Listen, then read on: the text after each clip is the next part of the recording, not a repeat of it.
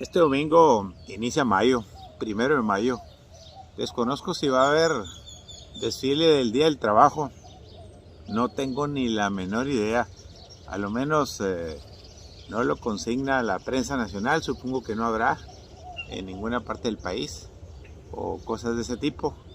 Antes era una tradición, pero pues se convirtió tan solo en un foro de expresión de las manifestaciones, de las quejas, de las demandas de los trabajadores, porque se les cumpla cuando menos lo pactado en la Ley Federal del Trabajo, en el artículo 123 constitucional, que es el que le da razón de ser a la Ley Federal del Trabajo.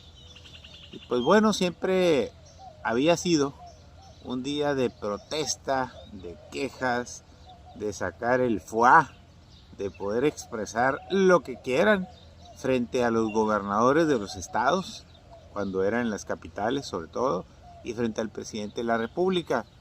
Unos lo alababan, otros le aplaudían, otros le chiflaban, otros les mentaban la mamá. Había de todo. A veces había bailes, había quema de muñecos. Y yo creo que pues se fue desvaneciendo por el tema de la pandemia. Pero hoy por hoy, pues esto también se ha reconvertido porque comúnmente pues era una tradición más de los sindicatos institucionales que estaban en el marco de la ley y que apoyaban al gobierno. Y hoy pareciera que los sindicatos que apoyan al gobierno pues no son tan institucionales, andan por la libre, aunque andan con el partido en el poder, pero pobre de ellos que se atrevan a levantar la voz contra el presidente de la República, su gobierno y las políticas de su gobierno. O dígame usted, ¿cuántos sindicatos nacionales afines a este gobierno ha escuchado usted que diga una palabra, una sola?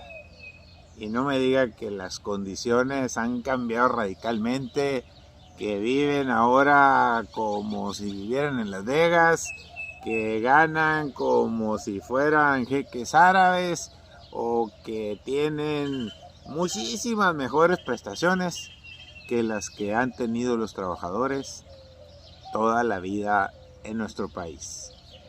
La respuesta, pues no se la dejo a usted, la respuesta es no, usted lo sabe. Veía una nota y ahí la reproduje en mi Facebook por ser no solo anecdótica, sino muy real, en la que SDP Noticias, en la que Federico Arriola, un viejo periodista de muchos años, que era casi hermano de Luis Donaldo Colosio, cuando le tocan ese tema, pues le sale lo visceral, lo corajudo, lo enojudo. Es un hombre muy inteligente, muy capaz, es un periodista íntegro. Sin embargo, fíjese qué curioso, su noticiero se llama SDP, que significa el sendero del peje, o sea, el camino del peje. Es un periodista de los que sí se puede decir que fue, ahorita no lo estoy seguro porque veo que de repente se pelea o lo que sea. Es un periodista químicamente puro porque es de los que creó el caminito y toda una lucha para que Andrés Manuel López Obrador llegara a la presidencia de la República. Por eso es un tipo, entiendo, querido por el presidente y por algunos de sus colaboradores, pero detestado y odiado por otros poquitos. Léala, ahí está. Es más, métase a SDP Noticias o también en Proyecto Puente, que es como corresponsal o tienen ahí acuerdo, porque pues toda la publicidad de Proyecto Puente está en SDP Noticias.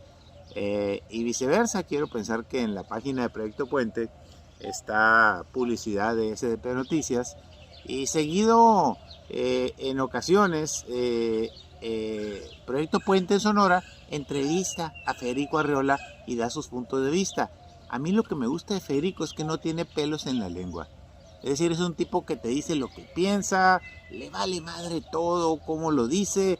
Yo lo recuerdo cuando anduve muy cerca de un colaborador extremadamente cercano a Colosio, un buen amigo que se llama Guillermo Hopkins.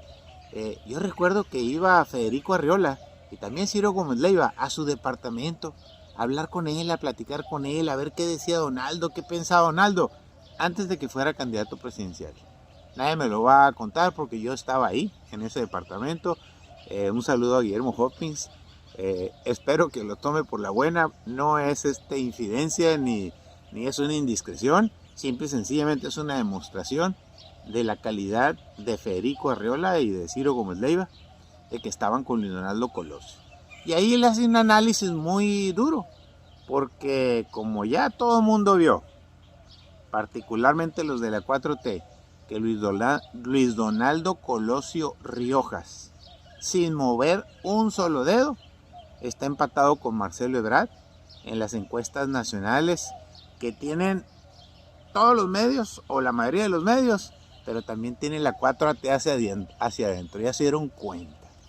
Y entonces ahí hace un análisis de cómo cuando mataron a Colosio y Manuel Camacho Solís, que era el jefe de Marcelo Ebrard, que hoy es el presidenciable 1 o 2, ya no sé, ahorita le platico, se presentó al funeral y Diana Laura Riojas, la viuda de Colosio, que después falleció, la mamá de Luis Donaldo, el alcalde de Monterrey, y posible futuro presidente de México, le dijo a Alfonso Durazo, gobernador de Sonora, entonces secretario particular de Colosio, con quien también anduve por ahí muy cercano, fui de los, de parte de los ayudantes, pues por llamarlo de una manera, que me tocó bajar el féretro, ¿sí? El cajón de muerto de Luis Donaldo Colosio, del avión que aterrizó en Hermosillo, y después nos fuimos en camión a Magdalena a enterrarlo. Le estoy hablando de hechos de la vida real, y eso lo sabe, por supuesto, el gobernador de Sonora, el doctor Alfonso Durazo. Diana Laura le dijo prácticamente cuando estaban por allá en los homenajes de los funerales en México, o lo corres tú o lo corro yo, se refería a Manuel Camacho Solís, porque le hizo la vida imposible con 1000 estrategias, que comisionado para la paz de Chiapas con el levantamiento del comandante Marcos sin sueldo, pero porque la ley marcaba que si tú no eras funcionario público y no tenías sueldo, pues podía ser candidato presidencial, y siempre aspiró a tumbar a Colosio de la candidatura. Por eso dijo Carlos Salinas en alguna ocasión, no se hagan bolas, el candidato es Colosio. Camacho dice que le dio la bendición y le dijo, sí, yo voy a apoyar a Colosio, y a los 5 o 6 días lo mataron en Tijuana.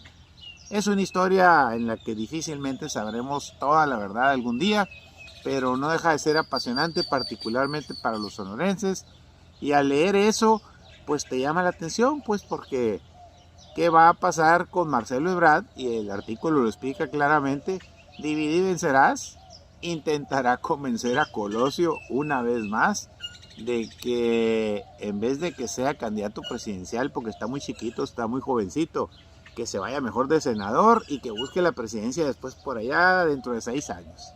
El divide y vencerá siempre ha existido en la historia política de la humanidad, y estoy totalmente convencido que la van a utilizar para dividir a la oposición, como sucedió allá en el país de Evo Morales, donde la oposición tenía más del 60% de los votos y perdieron la elección porque los dividieron por ambiciosos. ¿Quién les manda? Entonces, si sucede eso aquí, pues es obvio que va a ganar la corcholata que destape, de las que ha destapado el presidente de la República como líder de Morena. Y entonces ahora pues al parecer solo quedan 3 corcholatitas, ¿no? La Sheinbaum y Marcelo Ebrard. La Sheinbaum llorando, rumiando pues el que le hayan bajado prácticamente. Adán Augusto, el secretario de Gobernación, anda a gusto, feliz porque lo subieron ahora al podium de los 3, ya no son 6, de los 3. Y el otro es Marcelo Ebrard, pero Marcelo más cuerudo, más conchudo, con más experiencia, con cargos de todo tipo en todos lados, siempre al amparo de Manuel Camacho, quien ya se murió, por cierto, igual que Colosio, asesinado, quién sabe por quién. Marcelo Ebrard, pues anduvo de al tingo al tango en el PRD, obviamente estuvo en el PRI, estuvo en el PRD, luego fue jefe de gobierno, se le cayó, se fue a Francia, luego se fue con la Hillary Clinton y de Estados Unidos se vino a México, ahora se le cayó la línea 12 del metro que él construyó, pero sigue siendo el número 1 en las preferencias electorales de los de Morena para que sea el candidato presidencial. Ahora habría que ver las próximas encuestas, si a Adán Augusto lo anda empatando, pero Luis Donaldo Colosio Riojas, como dijo nuestro buen amigo Agustín Basabe, y ahí viene en el documento, dicho por él, véalo en Twitter también, a Colosio Riojas, al hijo de Luis Donaldo, no le tienen miedo, le tienen pavor, le tienen pánico, de la nada, les puede llegar a la silla presidencial.